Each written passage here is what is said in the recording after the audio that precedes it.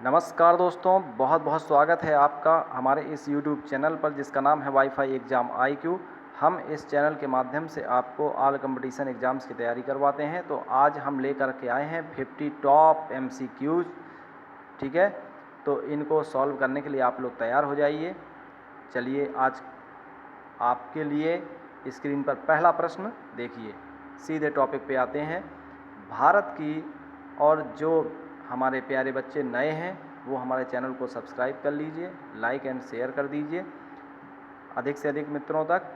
ठीक है, भारत की पहला प्रश्न है, भारत की आकस्मिक निधि पर किसका नियंत्रण होता है? वित्त आयोग, CAG, राष्ट्रपति, प्रधानमंत्री। तो इसका राइट आंसर है राष्ट्रपति। राष्ट्रपति का आकस्मिक निधि पर नियंत्रण होता है। अगला क्वेश्चन, राष्ट्रपति को सुप्रीम कोर्ट से परामर्श का अधिकार किस अनुच्छेद में है? राष्ट्रपति को सुप्रीम कोर्ट से परामर्श किस अनुच्छेद के तहत ले सकता है? अनुच्छेद 143, 143। ओके, बहुत प्यारा क्वेश्चन है, कई बार रिपीट हुआ है। अगला क्वेश्चन है, राष्ट्रपति के द्वारा अध्यादेश जारी करने की शक्ति है? तो अध्यादेश जारी करने की शक्ति किसको है? राष्ट्रपति को। किस अनुच्छेद के तहत? अनुच्छेद 123, 123, 123 के तहत। ठीक है, राष्ट्रपति जेबी वीटो शक्ति का प्रयोग करता है। जेबी वीटो शक्ति का मतलब है पॉकेट वीटो शक्ति, और इसका प्रयोग राष्ट्रपति करता है अनुच्छेद 111 के तहत। अगला क्वेश्चन देखिए, राष्ट्रपति पर महाभियोग की प्रक्रिया दी गई है। आप जानते हैं राष्ट्रपति के शपथ की प्रक्रिया दी गई है 60 में और महाभियोग की प्रक्रिया दी गई है 61 में। वेरी इंपॉर्टेंट है, इसको रट लीजिए बिल्कुल अच्छी तरह। अनुच्छेद 61 में राष्ट्रपति के पर महाभियोग की प्रक्रिया दी गई है। कभी क्वेश्चन ऐसा भी आ जाता है कि महाभियोग की प्रक्रिया किसके लिए अपनाई जाती है? पद से हटाने के लिए राष्ट्रपति के विरुद्ध। ठीक है, और ये अनुच्छेद 61 में वर्णन है। इसके बाद अगला क्वेश्चन, संसद के द्वारा राष्ट्रपति के विरुद्ध चलाई जाने वाली जो महाभियोग की प्रक्रिया है वो किस प्रकार की है? पूर्ण न्यायिक है कि अर्ध न्यायिक, या दोनों, या कोई नहीं? तो इसका राइट आंसर है अर्ध न्यायिक। अर्ध न्यायिक प्रक्रिया है ये, क्योंकि देखिए पहली बात तो ये एक प्रश्न ये बन गया कि राष्ट्रपति के विरुद्ध चलाई जाने वाली जो महाभियोग प्रक्रिया है ये कौन चलाता है? तो ये संसद, पार्लियामेंट चलाती है। महाभियोग की प्रोसेस कौन चलाता है? संसद के किसी भी सदन में महाभियोग का प्रस्ताव लाया जाता है। अब ये संसद ये काम कर रही है, न्यायालय वाला काम, किसी को न्याय देना या नहीं देना, ये काम संसद कर रही है, तो इसीलिए इसको अर्ध न्यायिक प्रक्रिया कहा गया है। अगर न्यायालय करता इस काम को तो पूर्ण न्यायिक प्रक्रिया कहा जाता है। चलिए आगे देखिए, महाभियोग का प्रस्ताव कि महाभियोग प्रस्ताव की सूचना राष्ट्रपति को कितने दिन पहले प्राप्त हो जानी चाहिए? 14 दिन पहले प्राप्त हो जाना चाहिए। इसके बाद राष्ट्रपति के द्वारा शपथ का प्रावधान किसमें किया गया है? राष्ट्रपति के द्वारा शपथ है अनुच्छेद 60 में। किसमें है? अनुच्छेद 60 के तहत। राष्ट्रपति का पद किस कारण से रिक्त हो जाता है? तो चुनाव कितने समय के भीतर कराया जाना चाहिए? 6 महीने के भीतर। अगर राष्ट्रपति किसी कारण से ख़त्म हो जाता है या वो अपना पद त्याग कर देता है तो कितने समय के भीतर इलेक्शन हो जाना चाहिए? 6 महीने के भीतर। ठीक है, 6 महीने, रट लीजिए इसको। राष्ट्रपति निर्वाचन रीति का उल्लेख किस अनुच्छेद में है? पहली चीज़ तो राष्ट्रपति निर्वाचक मंडल का उल्लेख तो है 53 में। निर्वाचन की रीति का उल्लेख है अनुच्छेद 54 में। किसमें है? राष्ट्रपति के निर्वाचन रीति का उल्लेख अनुच्छेद 54, अनुच्छेद 54 में निर्वाचन रीति, 53 में निर्वाचक मंडल। ठीक है, आगे क्वेश्चन देखते हैं। अब ये ज्योग्राफी के क्वेश्चन है, बेहद इम्पॉर्टेंट है। तेल क्षेत्र के लिए प्रसिद्ध अलियाबेट द्वीप अंकलेश्वर, खंबात, लुनेज क्षेत्र किस राज्य में स्थित हैं? तेल क्षेत्र के लिए फेमस हैं अलियाबेट द्वीप, अंकलेश्वर और खंबात, लुनेज क्षेत्र किस राज्य में स्थित हैं? तो इसका राइट आंसर है गुजरात। आगे बढ़ते हैं, झरिया कोयला क्षेत्र कहाँ है? तो झरिया जो कोयला क्षेत्र है, झरिया जो पहली बात तो ये क्लियर हो गई कि झरिया क्या है? कोयला क्षेत्र है। अब झरिया है कहाँ पर? झारखंड में है। आगे बढ़िए, जादूगोड़ा की खान किसके लिए फेमस है भाई? जादूगोड़ा की खान है आपकी झारखंड में। और ये फेमस है यूरेनियम के लिए। किसके लिए है फेमस? यूरेनियम के लिए फेमस है। वेरी इंपॉर्टेंट क्वेश्चन है। आगे बढ़िए। सुमेलित करना है। कोडरमा की खान किसके लिए फेमस है? अभ्रक के लिए। ये कोडरमा कहाँ पर है? झारखंड में। और जावर की खान राजस्थान में सीसा के लिए फेमस है। खेतड़ी राजस्थान में है, तांबा के लिए फेमस है। कोलार कर्नाटक में है, सोना के लिए फेमस है। ठीक है। इसके बाद देखिए अगला क्वेश्चन, चेंचू जनजाति का निवास स्थान कौन सा है? चेंचू जनजाति का निवास स्थान है आंध्र प्रदेश। अगला क्वेश्चन, उत्तर प्रदेश उत्तराखंड में कौन सी जनजाति पाई जाती है? तो उत्तर प्रदेश और उत्तराखंड में थारू जनजाति पाई जाती है। अगला क्वेश्चन देखिए, बेहद इंपॉर्टेंट है। हिमालय क्षेत्र में 1700 से 2500 मीटर की ऊंचाई पर क्या पाया जाता है? 1700 से 2500 मीटर की ऊंचाई पर देवदार नाम के वृक्ष पाए जाते हैं। ये हिमालय पर्वत में पाए जाते हैं। ठीक है। आगे क्वेश्चन देखिए, शरावती नदी किस राज्य से निकलती है? तो शरावती नदी कहाँ से निकलती है भाई? कर्नाटक से निकलती है। शरावती नदी कहाँ से निकलती है? कर्नाटक से निकलती है। यहीं पर पहला जल विद्युत गृह की स्थापना भी की गई थी सन 1902 में। ठीक है। आगे देखिए, कावेरी नदी का उद्गम स्थान कौन सा है? कावेरी नदी का उद्गम कहाँ से होता है भाई? ब्रह्मगिरी की पहाड़ी से। ब्रह्मगिरी पहाड़ी से कावेरी नदी का उद्गम होता है। चलिए आगे देखते हैं, साइट्रस फ्रूट्स में कौन सा एसिड पाया जाता है? साइट्रस फ्रूट्स जो होते हैं खट्टे फल होते हैं, उनको साइट्रस फ्रूट कहते हैं। उनमें कौन सा अम्ल पाया जाता है? एस्कार्बिक अम्ल पाया जाता है। एस्कार्बिक अम्ल विटामिन सी का रासायनिक नाम है। ठीक है। तो साइट्रस फ्रूट्स में एस्कार्बिक अम्ल पाया जाता है। अगला क्वेश्चन देखिए, किस विटामिन को नियासिन भी कहते हैं? तो नियासिन कहा जाता है विटामिन B5 को। किसको कहते हैं? B5 को नियासिन कहते हैं। और इसकी कमी से कौन सा रोग होता है? पेलाग्रा। पेलाग्रा नाम का रोग हो जाता है। और पेलाग्रा का लक्षण अगले क्वेश्चन में है, बता रहे हैं आपको। पेलाग्रा रोग का लक्षण निम्नलिखित में से कौन सा है? त्वचा का सूख जाना। त्वचा का सूख जाना पेलाग्रा रोग का लक्षण होता है। पेलाग्रा रोग जो होते हैं, पॉलिश किए हुए जो चावल होते हैं जिनकी माड़ निकल जाती है, तो वो चावल खाने से ये रोग होता है पेलाग्रा। ठीक है। इसमें त्वचा सूख जाती है, शुष्क हो जाती है। अगला क्वेश्चन, किस विटामिन की कमी से दस्त या पेचिश रोग होता है? किस विटामिन की कमी से भाई होता है दस्त और पेचिश? सी की कमी से तो मसूड़ों में दर्द होता है। ए की कमी आँख के लिए, डी हड्डियों के लिए। तो दस्त और पेचिश से रिलेटेड कौन सा बचा? विटामिन के। तो विटामिन के दस्त और पेचिश रोग विटामिन के की कमी से होता है। अगला क्वेश्चन, सालमन, कार्ड, हेलीबट आदि मछलियों के लीवर ऑयल में क्या पाया जाता है? सालमन, कार्ड, हेलीबट इन मछलियों के लीवर ऑयल में क्या पाया जाता है? कौन सा विटामिन रहता है भाई?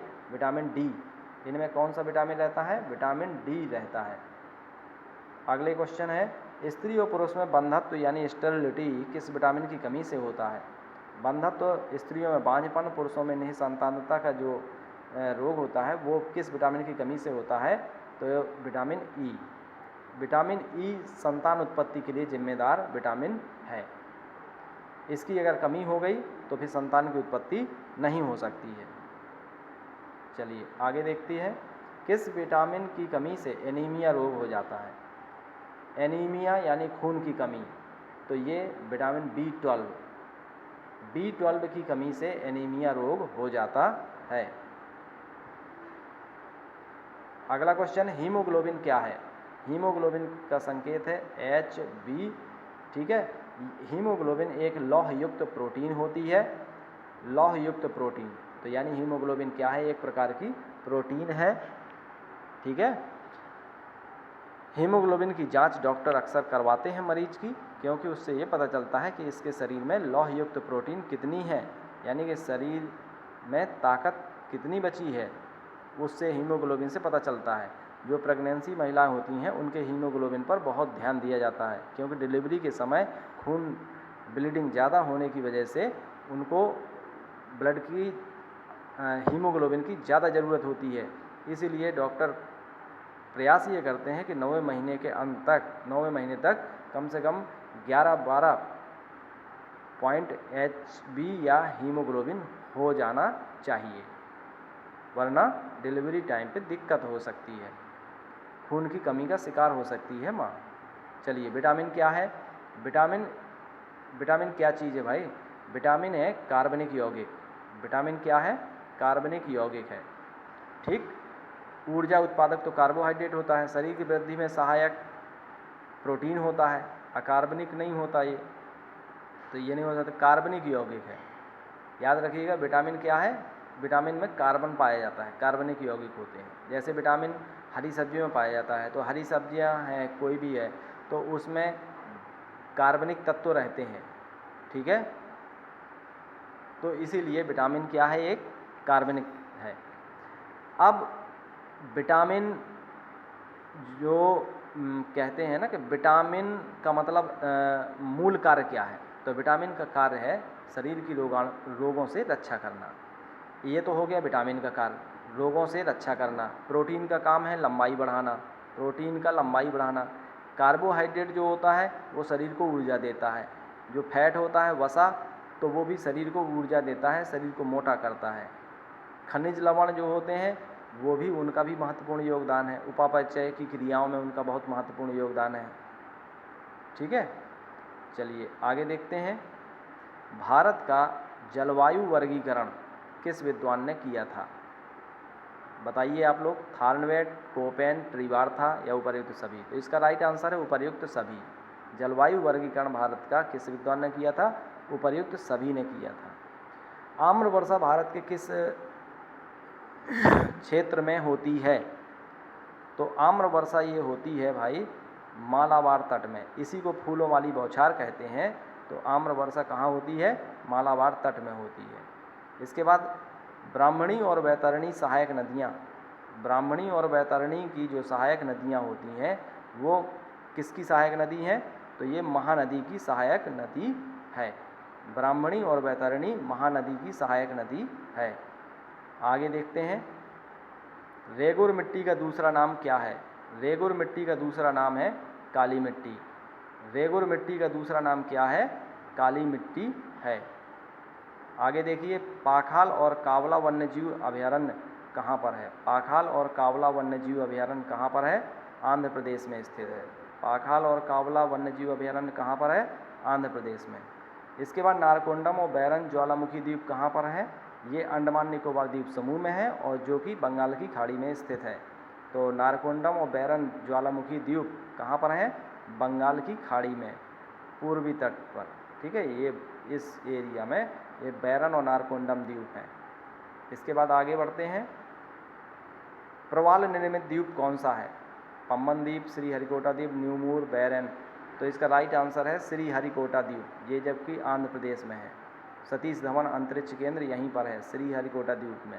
तो ये प्रवाल निर्मित द्वीप है, ठीक है। आगे, निम्न में से कौन सा सही है? तो एस्चुरी का निर्माण पूर्वी तट में होता है, ये दे रहे हैं। कौन सही है? A, B, C, D? तो एस्चुरी को कहते हैं ज्वारनदमुख, ये डेल्टा का विपरीत होता है। एस्चुरी की पहचान होती है इसकी एस्चुरी जो नदियाँ बनाती हैं तो उन नदियों की विशेषता होती है कि वो अपने मुहाने पर, यानी कि जहाँ वो समुद्र में मिलती हैं उस मुहाने पर वो सीधे आकर के सागर में मिल जाती हैं। जैसे ये है, मान लीजिए ये पश्चिमी हिस्सा है, यहाँ पर नर्मदा और ताप्ती नदियाँ हैं, ये बह करके आई और सीधे अरब सागर में गिर गई, तो ये कहलाता है एस्चुरी का निर्माण होता है। या इस पूर्वी तट की जितनी नदियाँ हैं तो पूर्व की तरफ गिरने वाली जितनी नदियाँ हैं ये डेल्टा का निर्माण करती हैं। डेल्टा की पहचान होती है कि इस तरह की वितरिकाएँ बन जाती हैं, यहाँ जहाँ इनका मुहाना होता है तो सीधे समुद्र से नहीं होता, वहाँ पर कुछ दूर तक ये धीमी रफ्तार हो जाती है, तो पानी छोटी छोटी धाराओं में बढ़ जाता है, इसको कहते हैं डेल्टा का निर्माण। तो पूर्वी तट में जो नदियाँ गिरती हैं वो डेल्टा का निर्माण करती हैं, पश्चिमी तट में जो नदियाँ गिरती हैं वो एस्चुरी का निर्माण करती हैं। एस्चुरी का दूसरा नाम ज्वार नदमुख है। ठीक है, पूर्वी तट अधिक चौड़ा है, ये बिल्कुल राइट है। ये वाला तो गलत हो गया, ये कह रहा है ना पूर्वी तट में होता है, तो पूर्वी तट में थोड़े ना होता है एस्चुरी का निर्माण, पश्चिमी तट में होता है। पुलिगढ़ झील का विस्तार केवल उड़ीसा तक है, गलत है, आंध्र प्रदेश में है। माजुली द्वीप गंगा नदी में है, गलत, ब्रह्मपुत्र नदी में है, जो कि अब तो डूब चुका है पूरी तरह से। माजुली द्वीप का अस्तित्व खत्म हो चुका है। आगे देखिए, दंडकारण्य का जो पठार है वो भारत के किस राज्य में है? छत्तीसगढ़, उड़ीसा, आंध्र प्रदेश। आंध्र प्रदेश, छत्तीसगढ़, उड़ीसा, तो इन सभी में है। ये very important, most important question है, इसको याद कर लीजिएगा। छुआ, छुआ का मतलब है कि छा से छत्तीसगढ़, ऊ से उड़ीसा, आ से आंध्र प्रदेश। ठीक, इसके बाद थोड़ा सा पीडीएफ भी है, इसको भी हम इसमें देख लेते हैं। एकल नागरिकता का प्रावधान कहाँ कहाँ है भाई? भारत में है और ब्रिटेन में है, क्योंकि ब्रिटेन से ही एकल नागरिकता का प्रावधान लिया गया है, तो दोनों जगह है।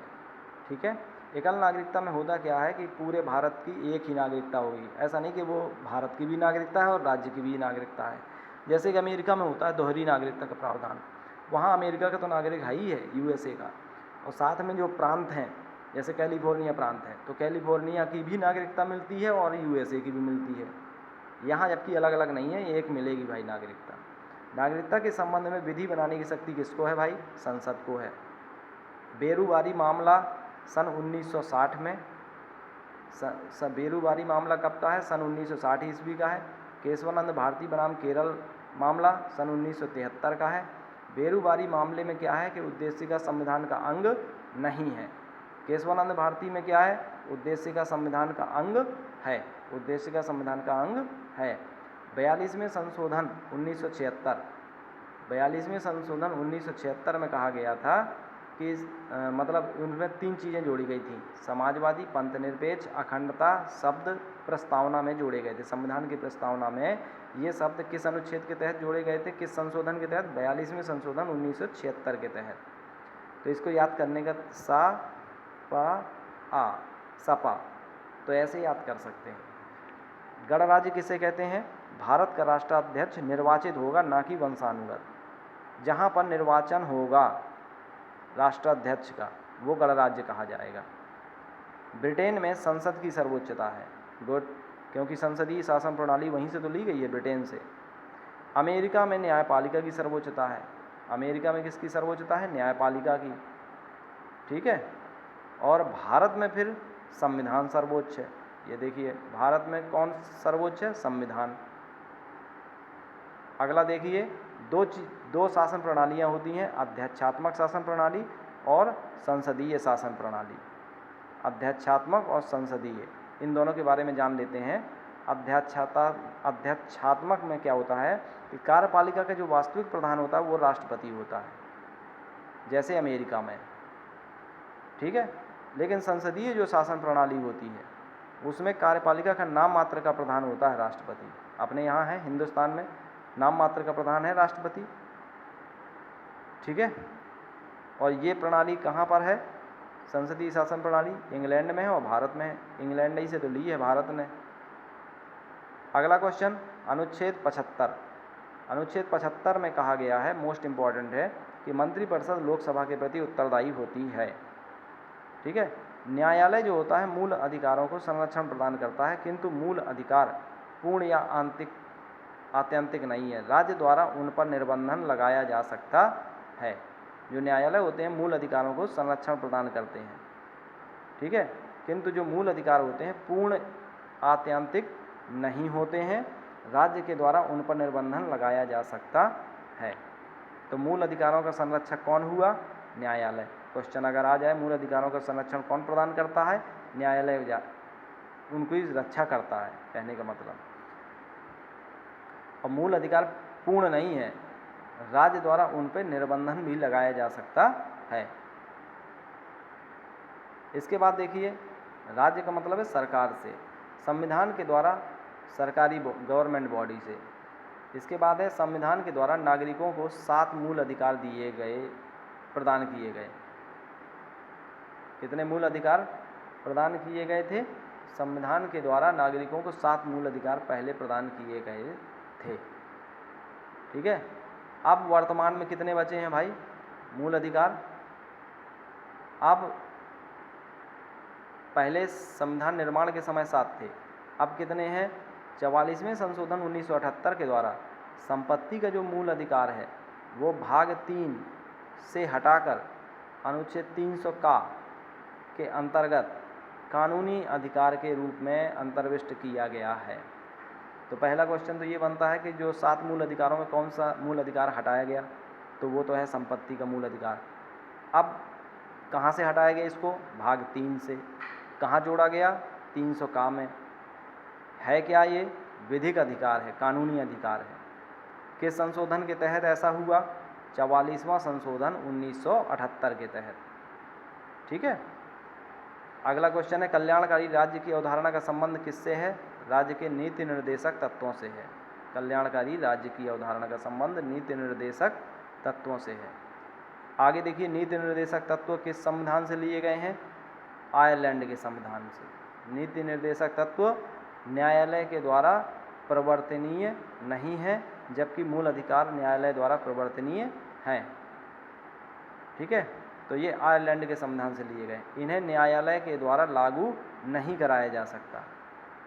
मूल अधिकारों को न्यायालय लागू करवा सकती है। इसके बाद सरकार के 3 भाग होते हैं। एक तो होता है कार्यपालिका, विधायिका और न्यायपालिका। तो कार्यपालिका का काम है कानून लागू करना, विधायिका का काम है कानून बनाना, न्यायपालिका का काम है न्याय दिलाना। विधायिका कहते हैं संसद को, विधि बनाती है। ठीक है, कानून बनाती है। कार्यपालिका कौन क्या करती है? कानून को लागू करती है। और कार्यपालिका का जो प्रधान होता है वो कौन होता है? कार्यपालिका का प्रधान राष्ट्रपति होता है, लेकिन वास्तविक प्रधान कौन होता है कार्यपालिका का? वो होता है प्रधानमंत्री और उसकी मंत्रिपरिषद। ठीक है, यहाँ पर अभी हमने बताया भी था कि नाम मात्र का कार्यपालिका का वास्तविक प्रधान इंडिया में क्या होता है? नाम मात्र का राष्ट्रपति होता है, जबकि वास्तविक रूप में प्रधानमंत्री और उसकी मंत्रिपरिषद होती है। ठीक है, तो आज के लिए इतना ही काफ़ी है। आप लोगों से मेरी अपील है कि इस प्लेटफार्म को, हमारे इस YouTube चैनल को सब्सक्राइब जरूर कर लीजिए। अधिक से अधिक लोगों को शेयर करिए अपने दोस्तों को। और आपसे हम वादा करते हैं कि कोई भी टॉपिक हम लेंगे तो उसका पूरा निचोड़ निकाल करके आपको दे देंगे। ठीक है, 50 क्वेश्चन ये किसी बुक से कॉपी किए हुए नहीं हैं, न किसी नोट से कॉपी किए हुए हैं।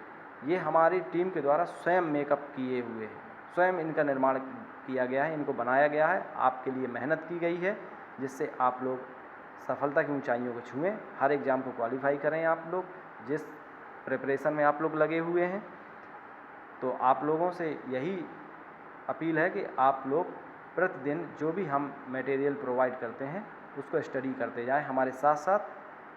ठीक है, okay, thank you for watching.